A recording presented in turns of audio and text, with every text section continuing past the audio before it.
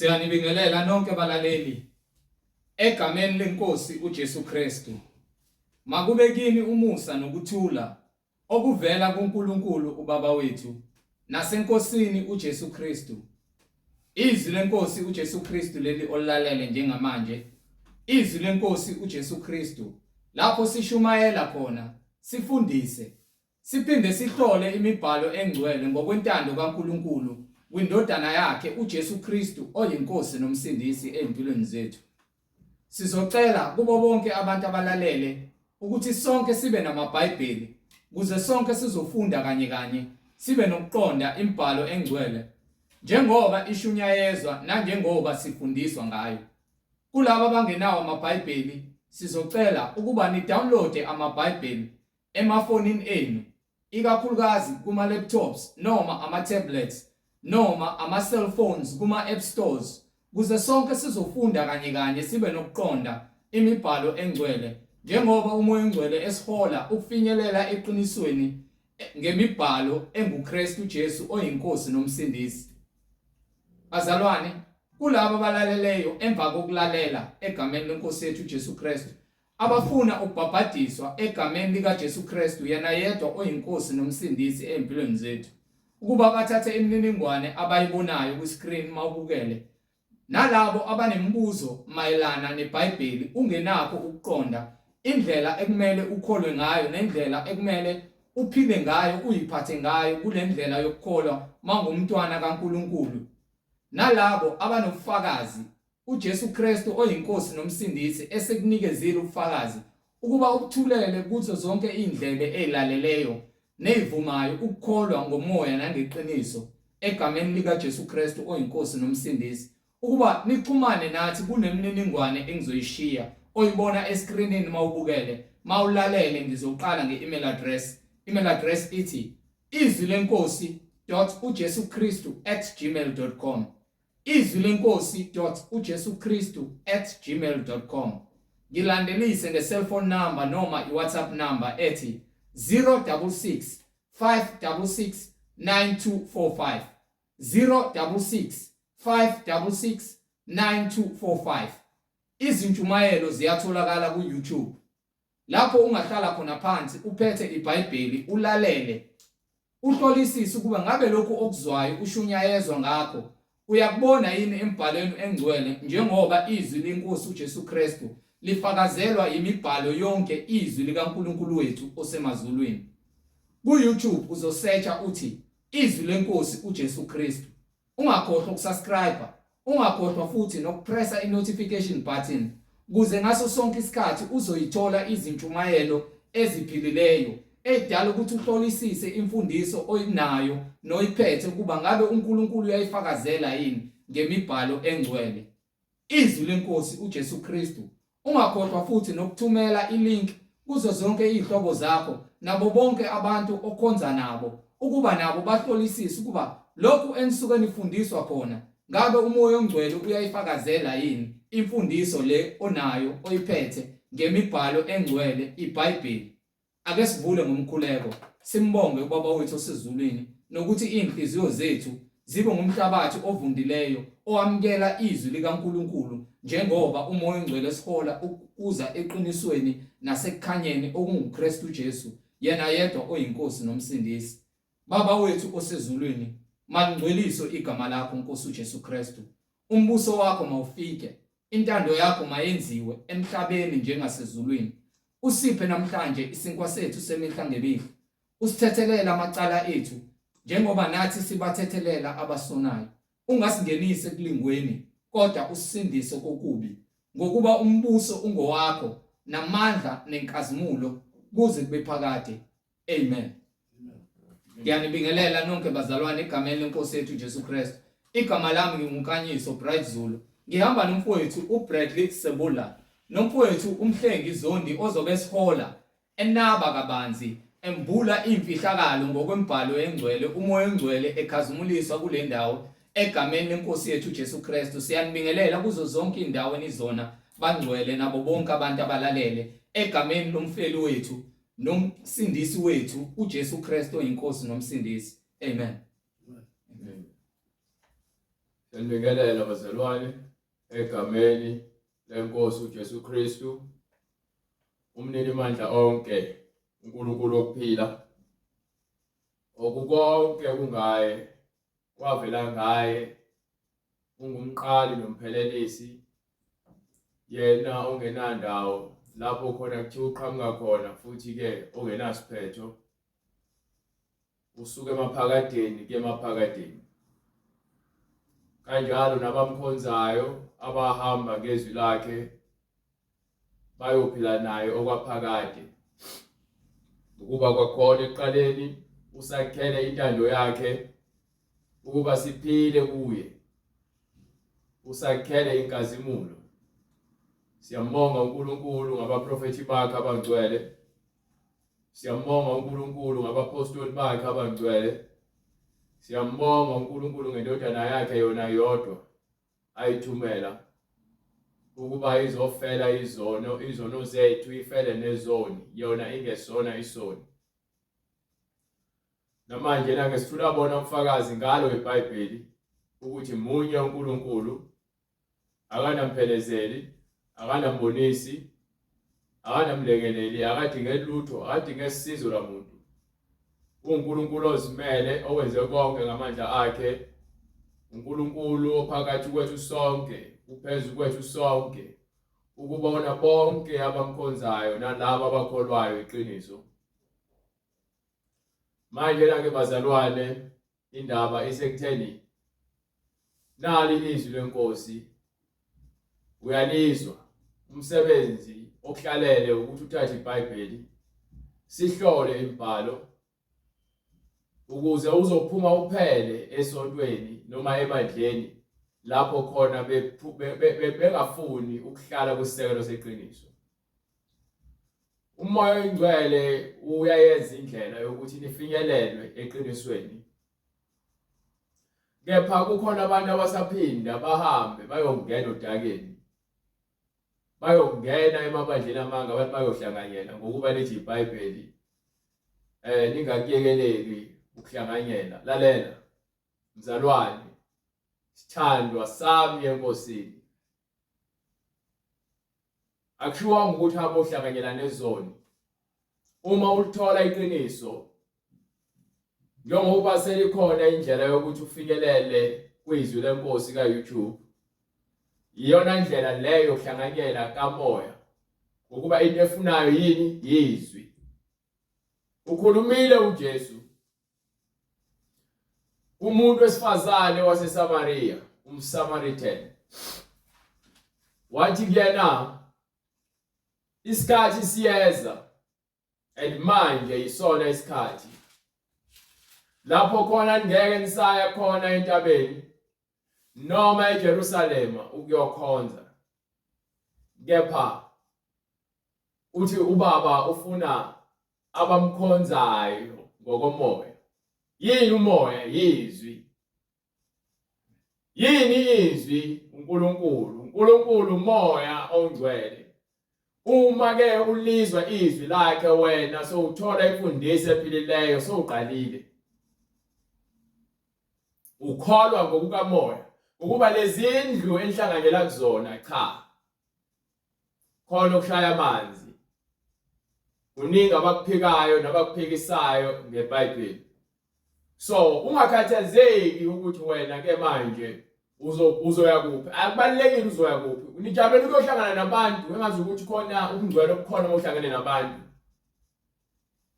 Into ehlanganisa labantu ubungcwele ngokuba senihamba ngokweqiniso. Uma lingekho iqiniso, ngisho ngabaningi nizoya esihogweni nonke nibaningi ngokuba iqiniso alikho. Into ebalekile ukuthi ulazi iqiniso, ukuze uzolenza iqiniso ngokufaneleyo.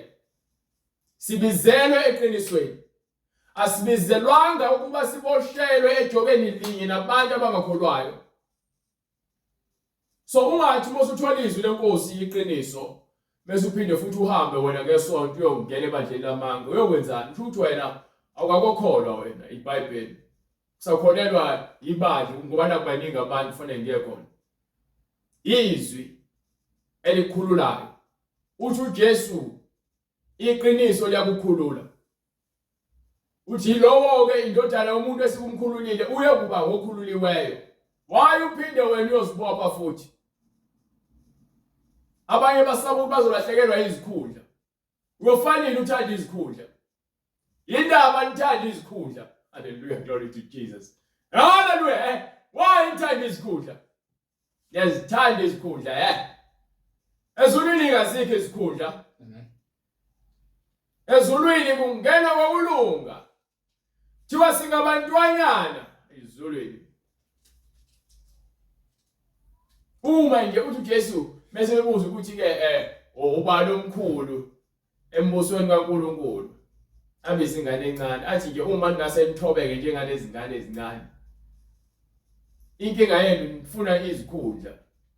Azisizi ngalutho. Anginasikhundla. Umsebenzi wami ukushumayela ivangeli, ukushaya isono. Ngisishaya wena, ngisishaya kumina. Angahlulela izwe mina. Ngahlulela ke ibandla likaKristu. Ngokuba kuthiwa ukwahlulela fanele eqale ngaphakathi ebandleni. Kuzokwenzeka kanjani? Ithi incwadi ya Leviticus or Leviticus sahluko 10:10. So wona kanjani umehluko? Uma ukuthi ke sithi sindisiwe kepha siphilisa kwabantu abangasindisiwe. So bona kanjani umehluko uma soqhokisa kwabantu bezwe? So bona kanjani umehluko uma sothatha umdanso wasezweni sowufaka esontweni? So bona kanjani umehluko? So bona kanjani umehluko dadewethu bebezoze emasontweni nomama bengahambosile amakhanda bagunda amakhanda bese emva kwaloko baphethe izinwele. Izinwele zakho zifuna ukuba mhlophe wena ubhizi, ufuna ukuzenza zibe mnyama, uzenza zibe bomvu. So bona kanjani umehluko ukuthi ibandla likaKristu leli omama bezofaka ubhuti ingqwebe, bafaka amabhuluku abampentshayo. Obaba bafaka izikhindi esontweni. Bafaka izikipa ezincane ezostama akobaba. So bona kanjani umehluko? Phela fanele sikwazi ukwahlukanisa njengoba lithi iBhayibheli khona siyokwazi ukwahlukanisa. Incwadi uLeviticus isahluko 10:10. Mase ungifundele ivesi usheshe ngoba kusuke ngifuna ukubize. Nekwahlukanisa okungcwele nokungengcwele. Siyokwazi ukuthi sahlukanise phakathi kokungcwele nokungengcwele. Fanele sikwazi ukuhlukanisa. Singajijiseli. Singathi sithi usindisiwe kepha indlela ingakhombisi. Ungathi usindisiwe kepha ungabonakali. Sifuneka sibone ukuthi wena usindisiwe ngenkambo yakho nangendlela ogqoka ngayo nangendlela okhuluma ngayo. Okungcolileyo nokuhlambulukileyo. Okungcolileyo nokuhlambulukileyo kuthiwa siyagezwa ngezwi. Lo sibizile uthembekile. Uma sibizile yena ungcwele ugezekile. Nathi kufanele size kuyena sigezekile. Kufanele size kuyena sivume ukuthi sizogezwa uyena. Ngeke size kuyena siphinde siphile futhi ngalendlela le engafunakali kuyena esifanisa nezwe. Ngeke kulunge.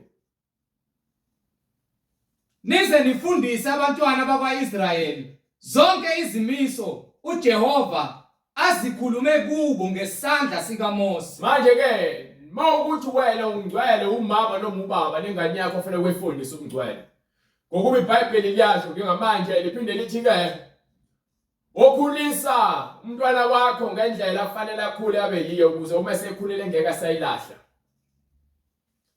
Yona into kumele sifundise abantwana leyo ukuthi bahambe ngendlela yokungcwele.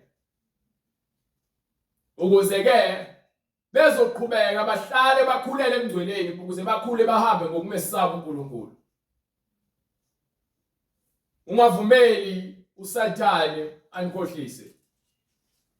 Ngakho ke into efuna sibhekisise ile hamba uye kwincwadi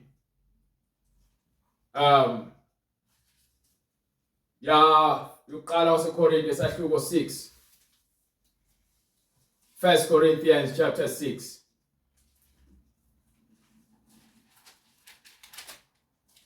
from verse 1. Ukhona yini umuntu kini uma enendaba nomunye onesibindi sokumangala kwabangalungile kungabi ngabangcwele na?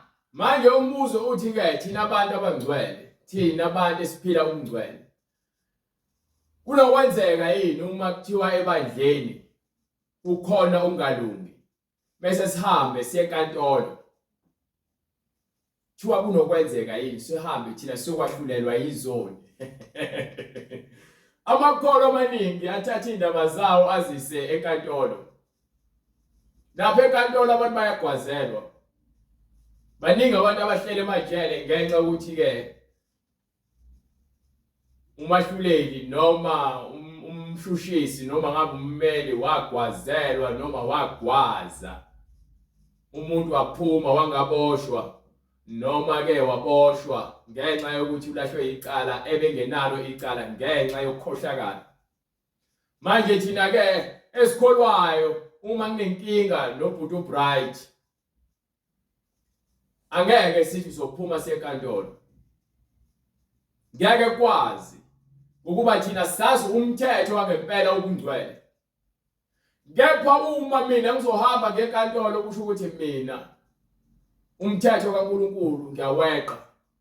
Ngifuna ukuyohamba ngiyokwahlulelwa abantu abayizoni abangahambi ngomthetho kaNkulunkulu.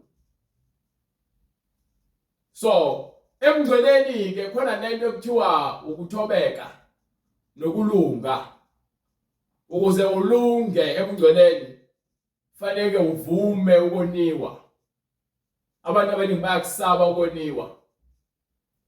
Bafuna ukuthi bona abahlezi bengama victim phecelezi abantu abahlukunyeziwe. Mase uphila impilo yobungcwele leyo nto iphuma ngewindi. Ngahlukunyezwa ngisamncane ngaxhashazwa but leyo nto ayisaphile ekhanda lami. Kufakazi ukuthi ke namhlanje sengisindisiwe. Ngisaphile enyameni, ngisayingane, ngakhula ngixhashazwa. Abafana ababengangami ngaze ngahamba ngojima karate ngoba ngifuna ukubashaya. Ngabashaya. Ngisake enyameni. Ngilwela nje ukuthi ngilwele isithunzi sami. Ngikhule sengisatshwa ke futhi manje. Ngenxa yokuthi bese ngilwa ngibona ukuthi indlela yokuxazulula izinto udlame. Kepha kwangangibuyisela ingalutho. So uma sowuze kusindisweni uhlangana nabantu bakhulume konke ukonakala nokungcola. Ilapho khona ke sowuhlolwa ngempela ukuthi ngabe usindisiwe noma cha. Ukuba ngeke ngikwazi ukufinqa inqindi ngifinqele umfowethu ebandleni. Ngeke ngikwazi futhi ukudinwa nami bese ngithi ncaha kuyena no. Uthi uJesu lokho sekungiholele esihogweni. So uma umfowethu ekhuluma kabi fanele ngimthethelele uma noma kuthiwa akabuyanga azongitshela ukuthi uyaxolisa ngiyamthethelela ngokuba lokho akakwenzayo akakwazi. Umuntu oholwa intukuthelo uma uholwa intukuthelo awukwazi ukwenzayo ukuba intukuthelo eyeziwula. Ingakho lithi iBhayibheli noma kuthiwa uyadinwa ungoni. So manje uma ke kukhona umuntu ozokwenza kabi wena mase umthathe emngcweleni ninaye umuse enkantolo uyokwahlulelwa abantu abangakholwayo. Yahlambalazeka igama likaKristu ngokuba kusho ukuthi ukulungiswa anikwazi. Hambisa indaba zenu zobungcwele ngaphandle ke ngizwe abafundisi. Twabambisana enkantolo. Ukukhohlakala lo. Kusho ukuthi akekho nje phakathi kwabo kwazi kwahlulela ukusho ukuthi vele iBhayibheli lisetshenziswa. Into abayibangayo izikhundla nemali. Iyona into eyenza abagijimisana ezinkantolo. But ebungcweleni lithini iBhayibheli? Anazi yini ukuthi abangcwele bayakwahlulela izwe na? Anazi yini ukuthi abantu abangcwele ngokuba ke bona sebenomqondo kaKristu. Ngokuba bona sebenomqondo kaKristu. Othi ngiphinde ngikuvezele ngayo incwadi. ngiphe incwadi yokuqala 1 Corinthians chapter 2. Give me iverse lesibili ngasegcineni bese uyophuma kuleli lokugcina. Incwadi yokuqala kwabaseKorinti isahluko sesibili verse 15. Yes sir. Kepha ongowomoya ngicela bazalwane ningizisise kahle hle. Abantu abaholwa umoya oyingcwele yilabantu abaphila ngezwi. Akekho umuntu ozothi uholwa umoya oyingcwele kepha engaphili ngezwi. Umuntu kaNkulunkulu, umuntu ophila ngezwi, uhamba ngembhalo ebhalwe phansi eBhayibhelini. Umuntu ongaphili ngezwi noma ethi uyakholwa akekho ngcwele. uNkulunkulu akazani nalowo muntu. Umuntu wazana nami, uNkulunkulu wazana nabantu abaphila ngezwi lakhe ngokuba bayamazi. Bayamazi abantu abaphila ngezwi uNkulunkulu. Bayamazi. Bazi izwi lakhe. uNkulunkulu ungulizwi, uJesu Kristu ungulizwi. uNkulunkulu ngumoya. Hallelujah, glory to Jesus. kepha ongowomoya ubonisisa konke. So-ke umuntu kamoya ubona zonke izinto. Umuntu kamoya ubona ngehlo likamoya, akabuki ngeso lenyama. Kodwa yena akabonisiswa umuntu. Ubani ozobonisisa mokwazi ukubuka ngeso lalowo obona konke na? Ukuba wena ukunika amandla ukuthi ukwazi ukubona izinto zakamoya ezikhona ezenzakalayo enyameni. Awusahambi ngokwenyama, sohamba ngokamoya. Izwi liyakhombisa izinto. Izwi liyakhombisa izinto. Abantu abaningi bagoloza ukuhlukana nezono zabo ngenxa yokuthi abekho kamoya. Abantu abakamoya abagolozeli izwi. Abantu abahamba ngokomoya abagolozeli izwi. Noma ngabe yini umoya ingcwele athi yeke noma athi yenze, uza kumlalela. Yini? Awuhambi ngokubona, uhamba ngokukholwa. Kholwa izwi. Ukukholwa akuvela ngezinto esizibonayo. Uma sesikholwa izinto esizibonayo kusho ukuthi ukholo lwethu asenamsebenzi. Kepha uma sikholwa isethembiso njengokuba ke uAbraham wathengiswa indodana yafika. uIsaka wathengiswa ukuthi kunamadodana amabili esibelethweni noma esiswini sikankosikazi wakhe uRebecca. Ngaleyo ndlela kwakumele ukuthi ke lo omdala abuswe yilo omncane. Kwaba isiprofethi okwenzeka sebezelwe. uNkulunkulu wathembisa uAbraham ukuthi uyokwanisa isizwe sakhe. Kanjalo nakuJakobe wamshintsha igama uJakobe wathi usezoba uIsrael ngokuba ke uzoba ubaba wakaIsrael. Yini? Ukukholwa. Bakholwa kuqala yizwi ngaphambi kokuthi lokho abakholelwa kona kwenzeke. uNoah wayengazi ukuthi umhlaba uzobhubha, kepha kwathi makufika umusa kuyena wakholwa, ingakhakha umkhumbi. Izwi likaJesu Kristu kwathi uyeza, uMoses wakhuluma ngaye. Abakholwayo babemlindele uJesu. Amen. Sikholwa ngezwi. Manje ke sithenjiswe izulu. Bona obethenjiswe ukuyiswa eKhanani. Baya eKhanani njengokuba bakholwa. Ebazalwane, ukukholwa yona indawo yokudlala. Abantu abaningi baye emasontweni kepha bakholwa. Ukholo alukho. Ukuba yini? Abahambi ngeBhayibheli. Abantu beza kumina bazongibuza ukuthi ke ngenze njani. Ngithi mina phuma lapho. Lendlo hleli intoni yawa. Bahlenga bayabuzwa abantu. Basaba ukuphoxa abantu kade bekhonza nabo. Basaba ukuphoxa abafundisi babo, basaba ukuphendula, basaba abantu. Usho ukuthi ukholo ngakopheleliswa. Uthi uJesu kwincwadi yaMathewu sahluko 11 sahluko 10 verse 32. Lapho khona uJesu efuna ukukuvezela ukuthi yena ubaluleke kangakanani. Kunalokho kwakho walokusaba abantu, saba abantu bazokwenzelana abantu. Hallelujah, glory to Jesus. Hey! Bazokwenzelana abantu. Saba abazali bakho ukuthi bazothini. Usaba abangani bakho ukuthi bazothini. Unamahloni ngoJesu, kepha uthi uyakholwa. Usaba umfundisi wakho ukuthi uzothini. Wena mfundisi usaba ibandla ukuthi izolahlekela, kepha uthi uyakholwa, uthi uyashumayela. Shumayela ngani? Asikuzwe phela. Ngokuba uthi uJesu ke Incwadi kuMateyu isahluko 11 verse 22. Kepha ngithi kini kuya kuba ngcono kulo iTyre neSidon. Isahluko 10 right verse 32. Incwadi nguye okulotshwe ngaye ukuthi Bright ngifuna incwadi kaMateyu isahluko 10 verse 32 Bright.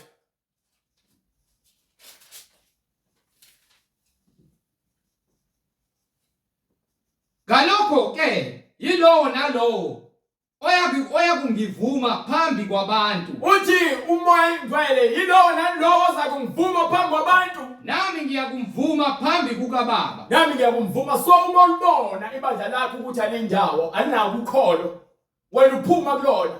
Awudingela ukukhazela abantu ukuthi hayi ngoba nakho ubatshela ukuthi ke ngiphumile ngokuba lemfundiso abefundisa yikho eBhayibhelini. Nanokuthi abafuni ukulandela iBhayibheli. So asikise ngosokuloku ufuna ucupha isoka ubhale izincwadi ubachazela izinto eziningi. Ngesikhathi uyakubona usakubhala incwadi ukuthi hayi ngiyeza ke manje igama lami. Wafika lapho njengesihambi waloko wahlala ucupha isoka. Emva kwalokho wathi waphamisana izandla abantu abafuna ukuza bamukela uJesu wasukuma ngelikhulu ijubane. Wawuphamisa izandla wathi waphamisana izandla wathi uyisho lomthandazo wezoni. Nasho lomthandazo. Wathi hayi uJesu sengene enhlizweni yakho. Wakholwa yilokho. Ngiyapha bese kufundisa iBhayibheli tshela hayibo phenduka phuma esonweni. Lokho kunzima ukukholwa. Methiwa ngena ngaphansi kwamanzi ubhaphathise ukuze uJesu akwamukele. Lokho kunzima ukukholwa. Kepha kubhalwe phansi. Kepha lokho ngobhaliwe phansi ngiyakholwa. Manje ke uthi uJesu labo abangiphikayo phambi kwabantu nami ngiyobaphika, labo abangivumayo nami ngiyobavuma phambi kwaBaba. Ngalokho ke yilowo nalowo oyakungivuma phambi kwabantu. Phambi kwabantu. Nami ngiyakumvuma phambi kukaBaba osezulwini. Nami ngiyakumvuma phambi kwaBaba osezulwini. Ngiyakumvuma. Kepha lowo oyakungiphika phambi kwabantu. Kepha lowo oyakungiphika phambi kwabantu. Nami ngiyakumphika phambi kukaBaba osezulwini. So uma sikutshela sithi phume ebandleni lamanga sisho ngoba naku mhlambe sithi singcono ngokuba sihleli kwimfundiso kaJesu Kristu ekuyiyona esindisa umphefumulo yakho. Uma ukuthi wena uzimisele ngensindiso yeqiniso uzokholwa amazwi kaJesu abhalwe phansi eBhayibhelini. Ngeke uzukhetha amavesi azojabulisa inyama yakho nalawa azozwakala kamnandi mokhuluma ngawo noma uthuka abanye abantu. Uzofuna lawo impela azokutshela ukuthi wena uyisoli. Amen. Lawa kwenza ugwinye ike. Uligwinye ike. Ugwinye nokuziqhenya lakho lokuphakama kwakho ngokuba angeke uzulile uJesu azakwehlise noma kwehlise lempakamo yakho. Fanele wena uzehlise uzinikele kuyena. Ngokuba uthi ke lowo oyowena enkeni liyakumphula kepha kwele mnika ukuphila. Kepha ike lowo leyo lakena liyokumgandaya aphenduke impuphu. Amen. Amen. So unikiwe isikhathi sokuthi wena woza kuJesu, kholwa yizwi. Kholwa yizwi. So ukwahlulelwa okwabantu abangaphakathi abandleni. Ibona abantu abanamandla okwahlulela izwe. Ibona abantu abanikiwe amandla ukuthi ngelinye ngolunye usuku bese kubuya inkosi uJesu bayokwahlulela izingilosi. So lezi zinto ezincane esidila nazo emabandleni ziyini. Abanye abantu abafundisha ukuthi ke bacorrectwe noma balungiswe noma baqondiswe noma bayalwe. Kepha iBhayibheli lithi abayalisiswe, abaqondiswe, abafundiswe. Abantu abafuna ukwenza lokho. Umuntu ufuna ukwenza sonke into azibona ngazi ukuthi uyazi noma khona into ayaziyo. Mewamtshela into angafanele ayenze, aphuma ahambe. Akahola lo muntu moya ingcwele, uholwa inyama. Abantu abaholwa inyama abanaka izinto zenyama. Bengishumayela, angicabanga ukuthi ngizoshumayela ngobani. Ngishumayela ngesono. Umsebenzi wami ukwahlulela isono. So angiloko ngicabanga ukuthi namhlanje ngizokushumela ngobani ubani uthini. Uma nginenkinga ekhona ebandleni ngizokhuluma nawe ngqo. Ngoba yini akukho kufihlakele. Nginikiwe amandla ukuthi ngikwazi ukwahlulela ngendlela efanele. Engeke ngikhethe ubuso babantu basekhuluma ngeqiniso. Ngizokhuluma lokho okubhalwe phansi eBhayibhelini. Uma ungakuthandi uzobaleka. Uma ungaholwa moya ngcwele uzobaleka. Uma ungakholelwa yizwi uzobaleka. Kepha uma ukholwa yizwi uzokugwinya ukuziqhenya kwakho.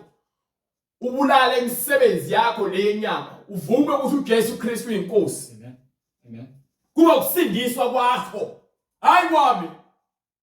Mina ngishumayela levangeli ngoba ngiyakholelwa kuJesu Kristu. Ngikhuluma lezi zinto engizikhulumayo ngoba uJesu uyaphila. Uyaphila kimi njengoba ngikhuluma kanje. Izwi lakhe ngilikhulumayo, ngikhuluma ukuhlakanipha kwami. So wena mawuzobona ukuthi nginenkinga nawe udlala ngesikhathi sakho, mina nginothando. uKristu afuna ngabe uyagcwalisa nasenhlizweni yakho. Uthando esithanda ngalo. So uthini incwadi lapha Corinthians baba. Incwadi yokuqala kwabaseKorinti sahluko 6 verse 1. Go ahead baba. Ukhona yini umuntu kini? Ukhona yini umuntu kini? Uma enendaba nomunye. Uma unendaba nomunye umuntu Onesibindi sokumangala kwabangalungile. Ningayi kubantu abangalungile. So thina abantu abangcwele kufanele size ebadleni. Uthi uJesu kwincwadi yaMatthew chapter 18 ngesikhathi ekhuluma ngezinto uma umuntu ebona ngaphakathi esontweni indlela efanele siziphathe ngayo. So uma mina nginenkinga no Bright fanele ngiye kuyena ngiyokhuluma naye. Uma engangizwa fanele ngiyolanda ubrother Bradley ngimsondeze ngimchazela ukuthi nasi isimo simkanje. Uma uBright engasizwa sesiyahamba siyaba kubantu bonke ke abadala ebadleni siyababiza siyabachazela. So uma engabezwa uBright sitshela ibandla lonke ukuthi hayi kumkanje. So angimlahli uBright usawumfowethu kepha ke ngeke size simphoqe ukuthi afunde ukuxolela ngokuba uNkulunkulu okwazi ukusebenza inhliziyo zabantu. Kepha uma evuma umfowethu uyabuyela ngakumina. Kepha uma enqaba ukuvuma ukuthethelela uthi uJesu Kristu ngokuba ke okuboshiwe emhlabeni kuboshwe ezulwini. Lokho okukhululiwe noma sivumelana ngakho lemhlabeni nasezulwini kuyavunyelwana. Sho ukuthi konke esikwenzayo enyameni nakamoya okuyindaba kamoya. Lenyameni abantu baholwa imizwa bona bengafuni ukwamukela iqiniso. Ubona abantu begcwele amasonto abanga baholwa imizwa abaholwa iqiniso. Abantu abaholwa iqiniso yilabo abakholelwa eBhayibhelini. iBhayibheli lona awena umfundi wami umfundi kaKristu. Mina ngikukhombisa iBhayibheli ukuthi ithini. Ngisiza wena ukuthi amehlo akho avulekele. Ukuze wena uzophila impilo yomngcwele ngalendlela uJesu Kristu afuna ngayo. Ungahambi indlela ongayazi. Ukuba insindiso ivela ngokukholwa. So uma kukhona inxa phakathi kwabantu kufanele kube khona ngaphakathi ebadleni okwaziyo ukwahlulela ngendlela efanele. Ongeze uthatha icala noma athathe amacala, athathe usahlulelo asinikiwe. Kuyela kancwadi yaseKorinti, athathe isahlulelo asinikiwe. Ahlulele ngaso. Ukhona yini umuntu kini uma enendaba nomunye onesibindi sokumangala kwabangalungile kungabi kwabangcwele na? Anazi yini ukuthi abangcwele bayakwahlulela izwe na? Kepha uma izwe lahlulelwa yini anifanele ukunquma namacala amancane na? Amacala amancane nwenza abamakhulu. Ithi indaba kancane umuntu afuna ukuyazi benkulu. Fana umuntu othmoniwe ahambe etshela bonke abantu ukuthi ubani ungonile. Lo muntu uyinkinga akafanele nje ukuthi abe phakathi kwabantu abangcwele. Fanele aqale amukele uJesu. Amen. Amen. Ukuze avume ukoniwa. Yes Lord. Khona uzokwazi ukuthi afunde ukuqonda kunaloko naye akazwenzani. Khona phela siyazi umuntu umona usuke engazwenzani. Wenziwa yini uJesu athi ke esiphambanweni babathethelele abakwazi abakwenzayo. Wenziwa yini uStefani sebemgcoma ngamatshe wathi ungababaleli lesiphambeko zabo. noma lecala ungalibeki kubona abakwazi abakwenzayo ukuba babekwazi abakwenzayo ngabe bambethelanga uJesu ngabe azange bambethele uJesu kepha ngenxa yongazi bambethele uJesu. So uma ezethela umuso silethela umuso ukuthi sifunde ukwenziwa kabi kepha sina sithethelele senziwa kabi ngokuba uma singozi ukuthethelela sefana nalabo abasenza kabi. Understand? Amen. Go ahead. Anazi yini ukuthi siyakwahlulela izingilosi na? Kakhulu ke okwalokhu kuphila. So izinto zalomhlaba thina sinikwe amandla okungcwele. Sinikwe amandla kaNkulunkulu, uNkulunkulu oyokwahlulela izingilosi. Uma sikhona nathi lapho siyobe sofakazi ngalezi leli khishiwayo ukuthi ke sokwahlulela izingilosi. Akusho ukuthi obusho wena na uthi hayi ehamba esihogwe no, yobukhona ufakaza. Amen. Imisebenzi yokungcola seyilahlwa. Ngakho ke uma ninamacala alokhu kuphila, uma khona amaqala kulokhu kuphila, niyababeka yini abangenasithunzi ebandleni babe ngabahluleli na?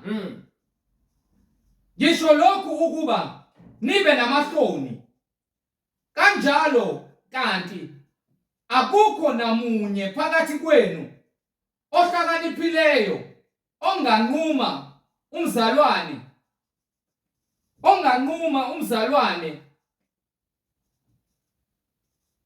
umangalele umzalwane nalokhu akwenza phambi kwabangakholwayo na? So kufanele kube khona umuntu owahlulelayo ngokweqiniso ebandleni. Noma ngabe akuyena umfundisi kube umuntu omdala olazi iBhayibheli owaziyo umthetho kaNkulunkulu. Uyena ozothatha abantu ababeke la ezwe indaba yomunye aphinde ezwe indaba yomunye mase aqhamuke nesixazululo. Kwenzeka kanje. uSolomon wacela ukuhlakanipha kuNkulunkulu ukuze akwazi ukuthi ahlukanise okubi nokuhle aphinde ahlulela abantu bakaNkulunkulu. Emva kwalokho uNkulunkulu wamnika ukuhlakani. Kuthenga kophela isikhathi kunezifebe ezazilele ebusuku zinezingane zizele.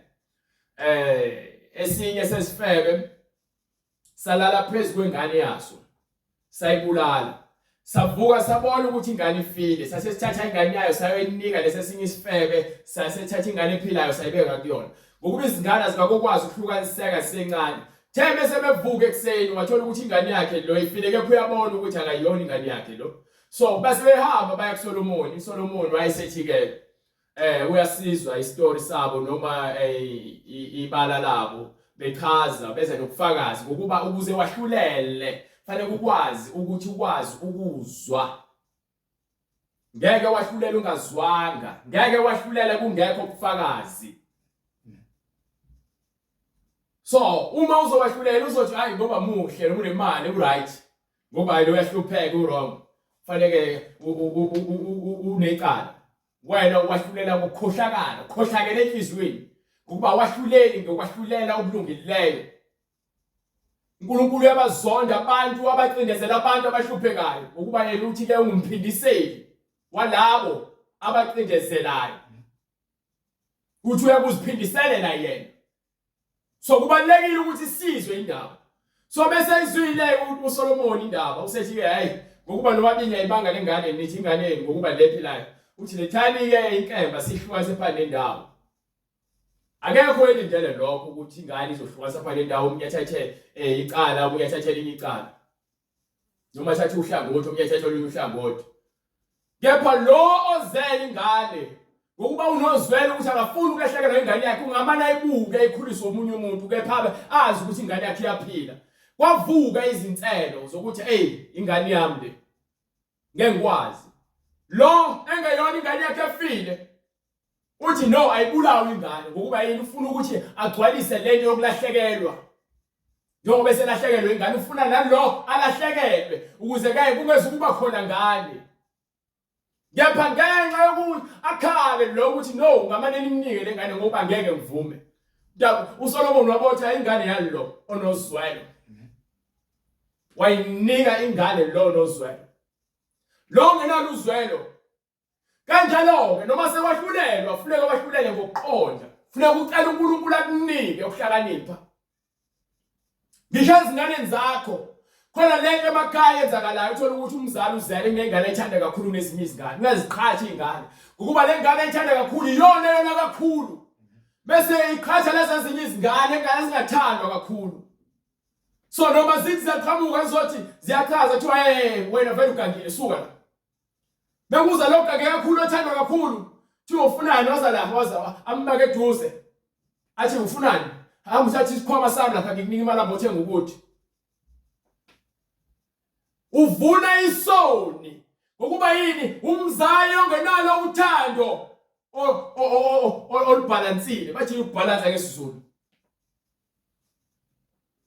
Akanalo uthando olwanele olinganayo, unothando olukanje.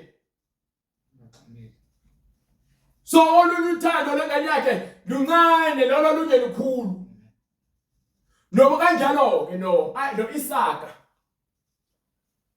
wathi ngokwamehla enyama wathanda uEsau kakhulu. Kepha uAbraham umkhulu kaJakobe wathanda uJakobe ngokuba uJakobe wendoda ethobekile ethanda ukufunda. Lo uIsaka uthanda uEsau ngokuba ke uyindlalifa uyinkosana. Kepha imisebenzi yakhe yokukhohlakala uyindoda ekhohlakele. So into ekhona le ukuthi abantu bangakwazi ukwahlulela ngokuqonda nangokungcwele. Bafuna ukwahlulela ngokwenyama nangothanda nalo ngomunye umuntu. Sakhula.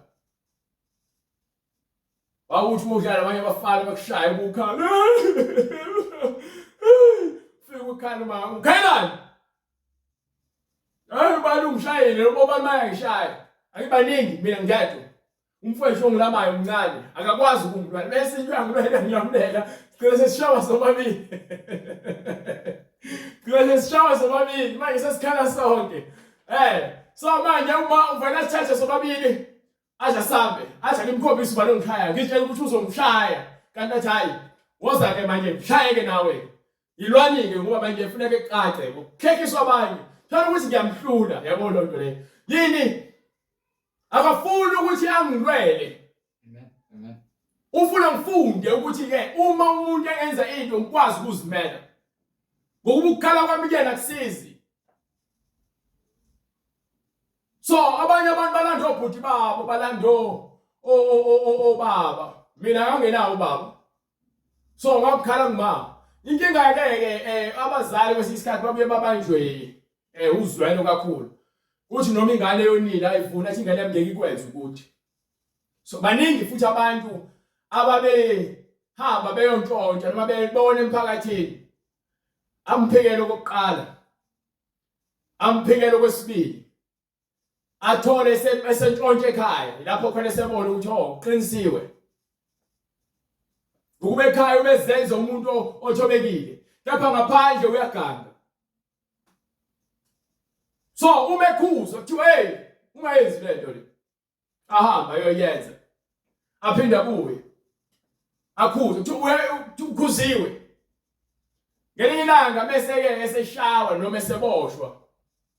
Noma eseshawa noma esebanjiwe sekumele ashawe ngomphakathi ke manje.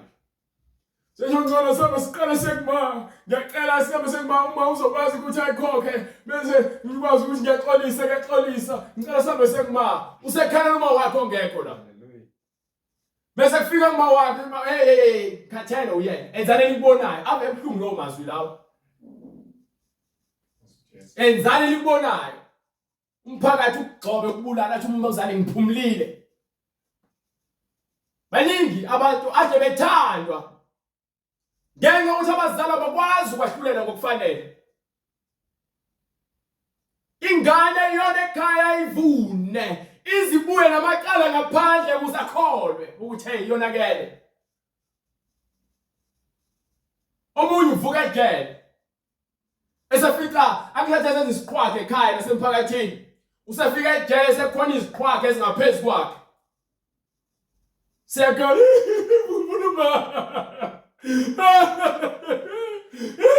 akala khanisa wangane encane. Yapha ngaphandle bephakamisa izithupha nezinombolo engazazi. Bese afika kwangaphezulu kwakhe noma balingana naye aphenduke isimako sincane nomsuku isimele bashaya bafana again phelukusa ngenxa ukuthi iqala indaba ekhaya ukwahlulela bekuthela uma wakho ngesikhathi ubona kancane athatha uswazi afake eceleni ngakho kuthiwa ingane ongayibambeli uswazi ngokubuya kuyisindisa izingane zisashawa manje abazali abasakwazi kwahlulela ngoba nohulumeni umbophile ukuze akwazi ukucontrola ingane zena zifaka usathane ingane iyona uyifaka uswazi ihambe epolice station kepha le ngane uwena oyiphakela ukudla wena othengele impahla zokugqoka uwena futhi ozoboshwa ukuze bezozonakalisa kakhulu ingane zenu. So uma ke yona ingane mina ngiyumzali ngizele ngishaya ingane phela ngibulala ngixhaphaza futhi ngiyayikhuza ukuthi ngone angikhulumi ngabazali abangaphilile emakhanda abaxhaphaza izingane. Uma ingane yona ifaka uswazi hambe enkantolo kufanele uyohlala enkantolo noma uyohlala epolice station bayondle khona because ngeke ngodlela ingane mina ubone ukuthi izokwenza umathanda mina umntana ngikhulisa ngendlela kaNkulunkulu. Emgweleni izinto zikaNkulunkulu ngeke ziphikiswe abantu bezwe ingakho sikhuluma ke ngokwahlulela ukuthi sehlulela ngendlela uNkulunkulu asinike yona. Amen. Ezweni neyokwahlulela izoni zizomthatha zimfake zimdukise zimxabanise ngaphinde ekuzwane ukuba yini akho kwahlulela okulungileyo ebandleni likaKristu khona ukuphila. Bekuthiwa umbuso osemahlombe akhe kusho ukuthi kufanele kube khona ugovernment ebandleni. Awuhambe lapha 1 Corinthians chapter 12 iverse lesibili ngasegcine nakhona futhi ukuthi yini ayibekile ebandleni khona bani ebandleni ugobile abantu ebandleni ukuthi kube yibona ababonelelayo izimo abaziyo umthetho. Incwadi yokuqala kwabaseKorinte isahluko 12 verse 30. Bonke baneziphiwo zomusa abakamoya baneziphiwo zomusa. Bonke baneziphiwo zomusa zokuphulukisa na. Bona bonke baneziphiwo zokuphulukisa. Bonke bakhuluma ngezilimi na. Cha, bona bonke abakhuluma ngezilimi. Bonke bayahumusha na. Cha, bona bonke abahumushayo abakwazi ukuthi bachasisele izilimi. Verse 29. Bonke ngabaprofeti na. Ngabe bonke abaprofeti na. Cha, bona bonke abangabaprofeti. Bonke bangabaprofeti na. Bonke bangabafundisi na. Ngabe bonke bayafundisa yini na. Bonke bangabenza imisebenzi yamandla na. Ngabe bonke benza imisebenzi yamandla na. Verse 30. Bonke baneziphiwo zomusa zokuphulukisa na. No. Bonke bakhuluma ngezilimi na. Cha bonke bayakuhumusha na. Cha. Kepha zondelelani iziphiwo ezinkulu. Zondelelani. Zifuneni iziphiwo ezinkulu. Umbuso kaNkulunkulu ukuthi esontweni kube nendlela ekwenziwa ngayo izinto zasemgcweleni. Akwenziwa noma kanjani. Lokho kubhalwe phansi eBhayibhelini nendlela esiziphatha ngayo. Inenza ukuthi emabandleni kube khona inhlaka nokungazwani nokubanga kwezikhundla ngoba nobani ufuna ukuzibeka esikhundleni. Ulangazelela izikhundla. Angeke ngibe umprofeti. Angeke ngibe umpostoli. Angikwazi ukwenza izibonakaliso.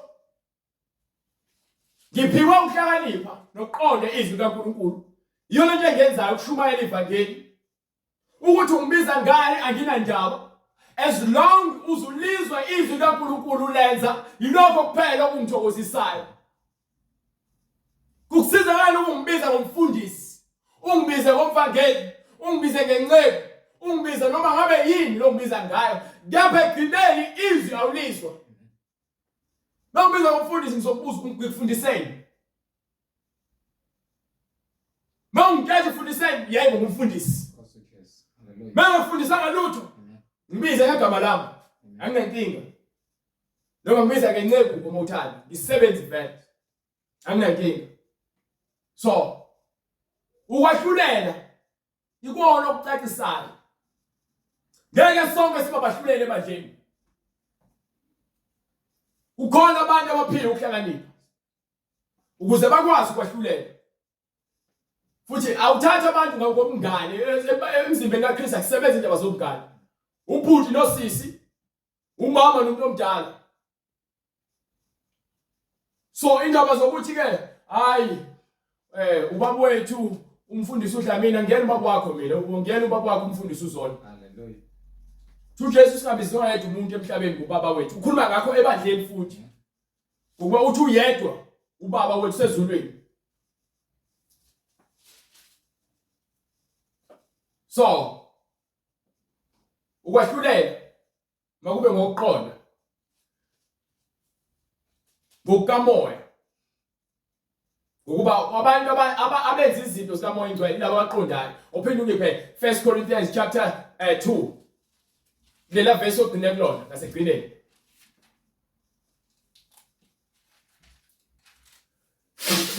Incwadi yokuqala kwabaseKorinte verse 2, yes, chapter 2, verse 15. Kepha ongowomoya, kepha lowo kamoya ubonisisa konke. Ubonisisa konke. Kepha yena kabonisiswa muntu. Ngeke aze abonisiswe. Ngokuba ngubani owake wazi umqondo wenkosi nayo ukukhiya ukuba angaze ayifundise na. Ubani owafundisa umoya oyingcwele umbuzi lowo. Angithi ke thina abantu esamukela uJesu samukela izwi angithi samukela umoya oyingcwele. Samukela umoya weqiniso. Uma unomoya weqiniso ongitshela ubani ongakwahlulela akulahle ngecala. Ngoba phela wena uphila uKristu wena. Ubani ongakulahla ngecala ngifuna ukuzwa. UnoKristu. Bathi sabamophile abaprisi abakhulu nezikhulu baletha ufakazi bonke ubufakazi babo baba inhlakanhlaka zange kuhlangana. Amen. Ngoba wengenacala. So ubani ongahlulela walahla umuntu ongenacala ngibuzo wami lowo. Ubani? Ngoba lithini iBhayibheli? Ngokuba ngubani owake wazi umqondo wenkosi ukuba angaze ayifundise na. Yebo se. Kepha thina sinomqondo kaKristu. Thina sikholwa yizwi. Sinomqondo kaKristu. Ubani owakulahla ngecala uphilela uKristu. Umuntu ozizwa lahliwe ingokuba akalamukeli izwi. Uma lishungeyelwa liyamlwisa enhlizweni yakhe ngokuba yini usaphilela inyama uphilela izwi. Anazi yini ukuthi abangcwele bayokwahlulela izwi na? Anazi yini ukuthi abantu abangcwele bazokwahlulela izwi? Yayizwi indaba. Sahlulela imisebenzi kaSathane. Asilahli abantu sahlulela imisebenzi. Ekumele ilahlwe imisebenzi kaSathane. Yayizwi indaba. Awuqhubeke nayo bese uhambe nayo chapter 6. Incwadi yokuqala kwabaseKorinte isahluko 6 verse 4. Go ahead baba. Ngakho ke uma ninamacala alokhu kuphila. Uma ke khona amacala khona ebandleni alokuphila. Niyababeka yini abangenasithunzi ebandleni babe ngabahluleli na? Ngeke ulande umuntu ongaphandle ukuthi azokwahlulela indaba zesontweni angazi lutho ngendaba zokungcwele. Uma wenza njalo wena wisukula. Ngisho lokhu ukuba nibe namahloni. Manje lena sintshela ukuthi nibhekisise ukuthi nenzani. Kanjalo kanti akukho namunye phakathi kwenu ohlakaniphileyo onganquma phakathi kwabazalwane bakhe na. Futhi uma ke sahlulele ebandleni asimlahli umuntu ukuthi ke simkhiphe suke senzela ukuthi kube khona ukulungiswa ukuze lo owoniwe athole ukuthethelela lo omonile nalo owonile kufanele afunde ukucela uxolo ukuba kufanele konke kulungiswe kufanele siphile ngokuthandana uma lo owonile omunye ezokhuluma njengale ndoda le yakhuluma kuMoses eGibhithe ishaya umfowabo wathi uMoses kwenziwa yini ushaya umfowenu uthi ubani ukubeka umahluleli nombusi phezukwethu usufuna ukungibulala njengale nto ayenzile kulo waseGibhithe wamgqiba uMoses wathi ha wahlaba ngejubane le ndaba seyaziwa kusho ukuthi efikile nakufaka so nasebandleni akakhona umuntu ozayo ubanike ukubekile ukuthi wena wahlulele yapha ukhuluma iqiniso yapha ngoba afuna ukulahlwa iqiniso ufuna ukuthi yena ngoba la kuthuna uyasebenza noma unikela kakhulu noma kunezinto azenzayo noma mhlawumbe unemoto ebandleni asiza ngayo ufuna ukuthi avume noma ona yeke sivume lonto leyo ukuthi ngoba la kuthuna emoto uyasiza mhlawumbe uthola abantu wena usulala lezingane lana kunezingane osihambisa ngamuva makubo ngoba nako ufuna ukugada bese uzokuyeka thiwa iBhayibheli lithi abanjalo masibalahle singadli nabantu abafuna ukuphila ukufebe ngeke ukuthi uzothi ushadile noma nako ushadile sewulala nezingane esontweni akulalwe esontweni labangcwele fanele ngiqale ngishade ukuze nilale uma nilala ngaphandle komshado nina sonkhipha ebandleni sinikele kusathane umsebenzini ngaphandle koma nizophenduka nivuma izono zenu nicela intethelelo nizohlala ebandleni yapho uma ningafuni nifuna ukuqhubeka nilalana ngenkani hambani nolalana le kude asinakuletha ihlazo emzimbeni kaKristu umzimba kaKristu lo akona umzimba wami asisebenzi ngendaba yenkanda ngisho lokhu ukuba nibe namahloni kanjalo kanti akukho umuntu namunye phakathi kwenu ohlakaniphileyo onganquma phakathi kwabazalwane bakhe na kodwa umzalwane umangalela umzalwane nalokhu akwenze phambi kwabangakholwayo na ufuna uqonde right kodwa umzalwane umangalela umzalwane nalokhu akwenze phambi kwabangakholwayo na akwenze phambi kwabantu abangakholwayo uthatha indaba zasebandleni uyozinikela abantu abangakholwa uyabona ukuthi uyozenza ihlazo kawena uyozenza inhlekisa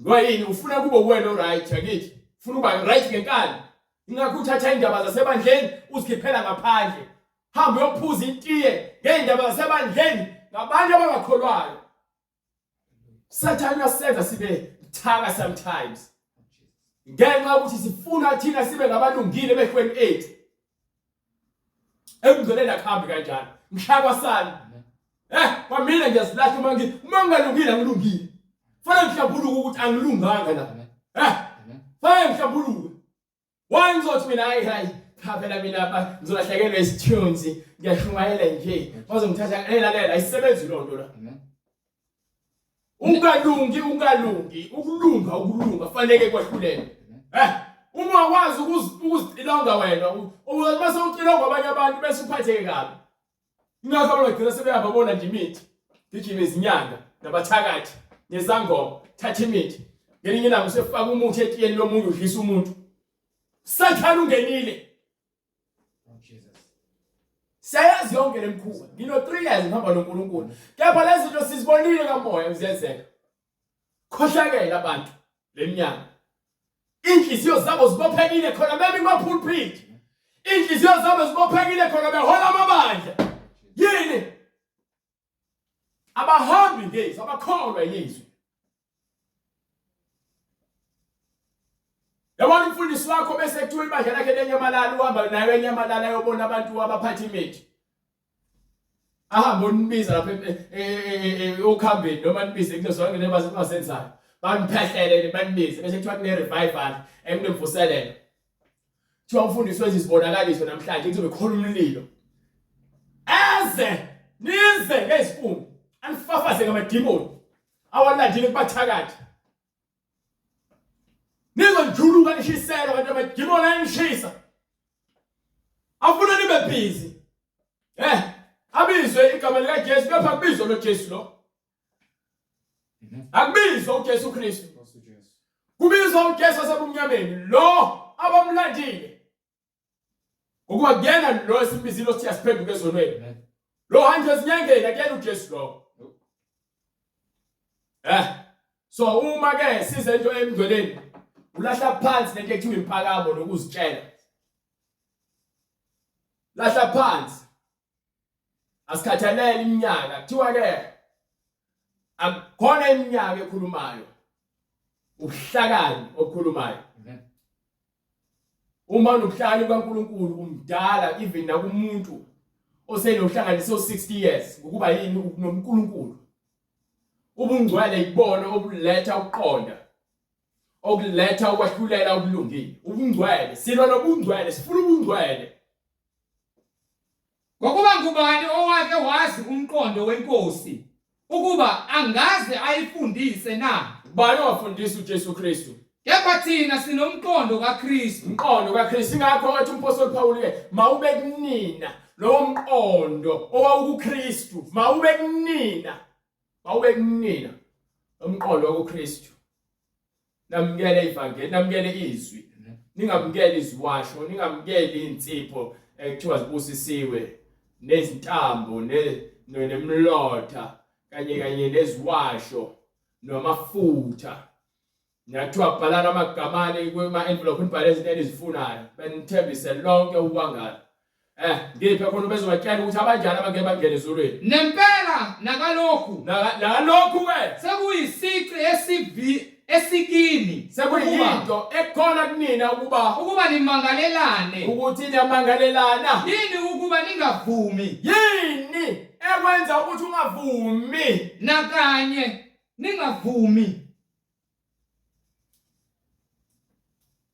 Nakanye ukoniwa. Yini ekwenza kube nzima ukuthi wamukele umuntu mebona ngoba phela bazokona abantu bese kuphela umngcwele ade bebona usenyameni akithi uziphendiselele manje bese bebona enyameni engcweleni sokukamoya manje sokuthi ke kulungile intando yaNkulunkulu mayenzeke uyazi wenzani yena uthi iphindiselo yakhe ngoba ubhalile phansi ukuthi singaphindiseli okubi ngokubi. Yini ukuba ningavumi nakanye ukuphangwa na? Yini singavumi ke ukuthi sirojwe? Kepha nina uqobo niyona niyaphanga. Thina sizona uqobo lwethu siyaphanga. Kepha nina uqobo niyona niyaphanga. No, ayisho ethiwa niyaphanga. Uma uthi ngiyaphanga usho ukuthi uyaphanga. Niyaphanga. Niyakwenza lokhu nakubazalwane benu. Nenza izinto ezimbi kubazalwane benu. Nenza izinto ezimbi kubazalwane benu. Kepha anazi yini ukuthi manje ke njengoba nithatha indaba zasemandleni niyozisa ngaphandle ezweni anazi yini ukuthi abangalungile ngeke balidle ifa lombuso kaNkulunkulu na? Abantu abangakholwa ngeke balidle ifa lombuso kaNkulunkulu. Ningadukiswa, ningalahlekiswa izifebe nabakhonza izithombe, abakhonza izithombe lezithixo lamadlozi, naziphingi yilabo abaphuma emshadweni bayolala ngaphandle, nazihlobongi, amadoda amadala alala nezingane ezincane, nabesilisa abalala amadoda alala nawodwa, namasela kanye nalabo abantshontshayo, nabahahayo, nalabo abahlezi befisa izinto zabanye abantu, nazidakwa, nabantu abadakwa utshwala, nazithuki, abantu abadakwa utshwala, abantu abaphila ngokudakwa utshwala bahlale emajoyintini, abantu abathunga inhlamba, abantu abangakhuluma ulimi oluqondile, nabaphangi, nabantu ababamba inkunzi abayikulidla balidle ifa lombuso kaNkulunkulu. Ubhalwe phansi kwenziwa yini pho nenithatha indaba zenu ebandleni niyozinikela abantu abangeke bangene embusweni kaNkulunkulu? Kwenziwa yini? Awucabange ninendaba ebandleni, uyahamba enkantolo uyokwahlulela isitabane, uyokwahlulela isiphingi, uyokwahlulela isela. Kukhona ukwahlulela oqondile ozoqhamuka lapho. Kukuphi ukuqonda? Sifuna ukuqonda. Mawunomoya woqonda uyabona ukuthi kufanele ngilungiswe ngaphakathi ebandleni. Mawuze esontweni uza embusweni kaNkulunkulu. Esontweni lapho khona kwakhiwa khona isimilo somuntu. Nina sele emasontweni niyofuna izibusiso nemali. Bawuza la thina sizakufaka endleleni kaKristu. Hallelujah, glory to Jesus. Sizakufaka endleleni kaJesu Kristu. Asibizelwanga ekungcoleni. Asibizelanga emanyaleni, sibizelwe ukuba sizolungiswa. Ungasithatha isidabu sise rehab noma lethiwa khona afunyeliswa khona izimilo. Omlethe esontweni lomgcwalo umuntu mofuna ashintsha ngempela. Mephuma lapha rehab, uphinda khona after 2 weeks or 3 weeks or 2 days. Meze esontweni uyalahla konke kuba akafunde esogweni, akafunde esogweni.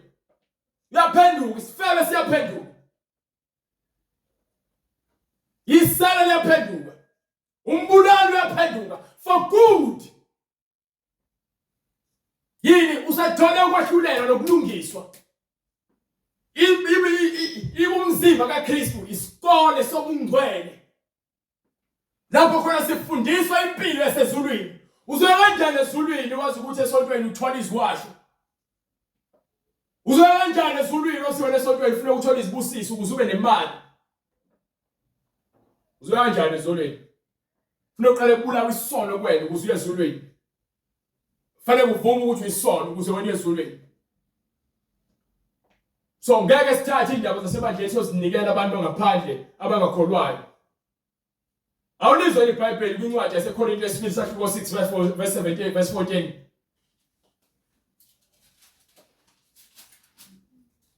Incwadi yesibili waseKorinte sahluko 6 verse 14.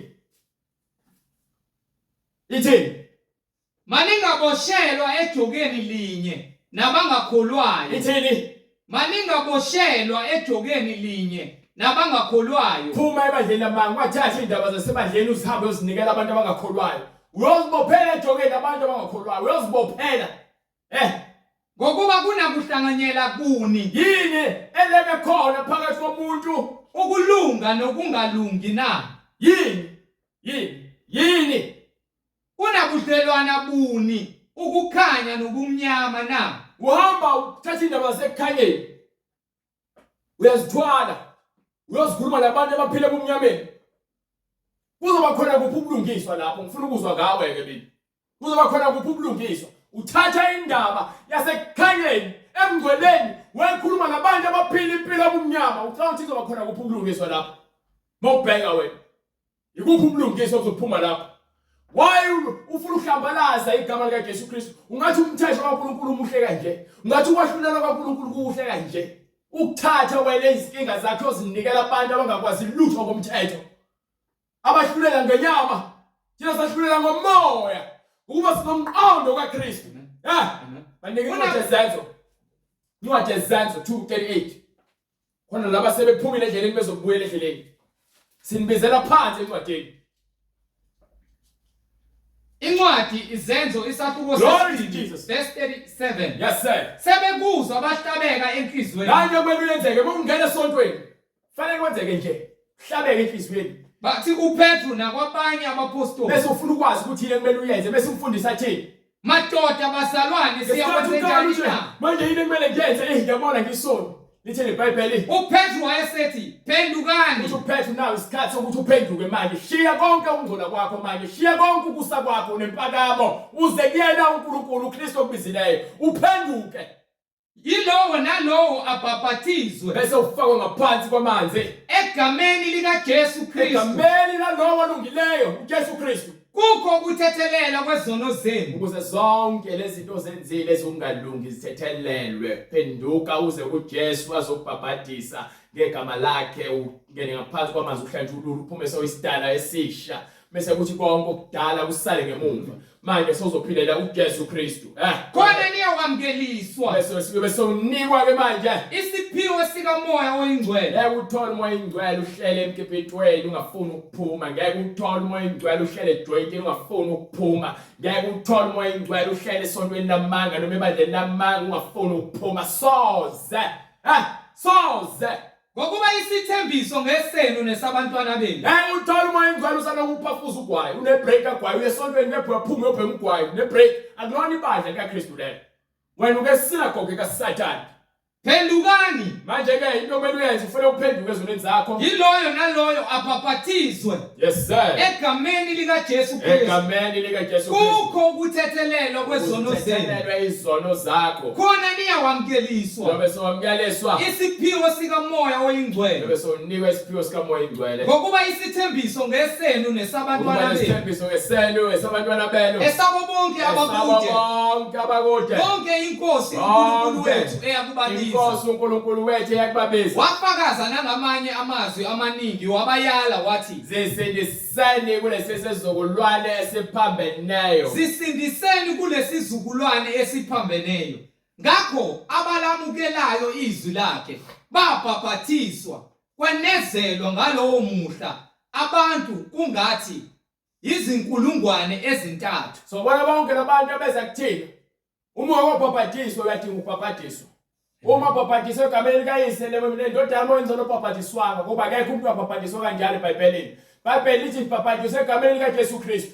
Wonke umuntu oza kuthina ofuna ukuhamba nezwi lenkosi fanele abhaphathiswe egameni likaJesu Kristu. Uma ngazange abhaphathiswe egameni likaJesu Kristu fanele ubhaphathisiwe kanjalo ngoba uJesu uthi kufanele sikwenze konke ukuze kugcwaliseke konke ukulunga. Fanele ukwenze ngoba noJesu wabhaphathiswa. Amen.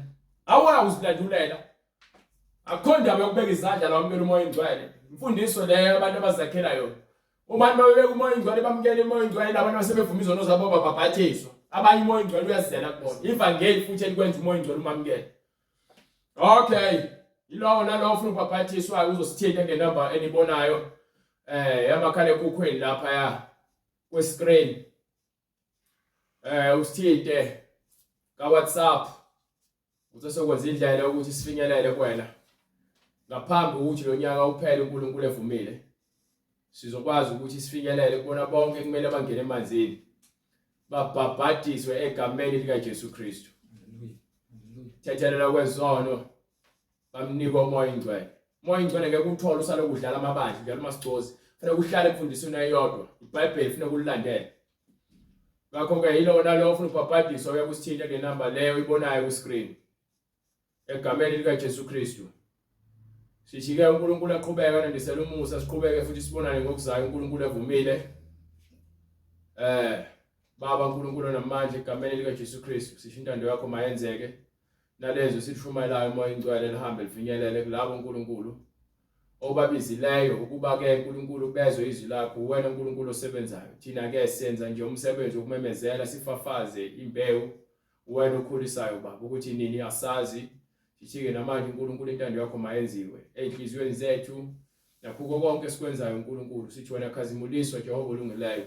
Usikhipha umoya ongalungi usigcwalise umoya wakho okulunga nalapho sihamba khona ungaqondi sicela intethelelo ukuze sigcwalise ukulunga kwakho kukho konke uNkulunkulu. Sithethelele nalawo bonke abasonayo baba ngenambeza omsulwa enhliziyo futhi ekhululekile. Lapho khona sona uNkulunkulu siyacela ukuthi sithethelele amacala ethu mihla yonke ukuphila kwethu siphilele wena Jesu Kristu uze kube phakade. Amen. Amen. Oza kuJesu, oza, oza, oza.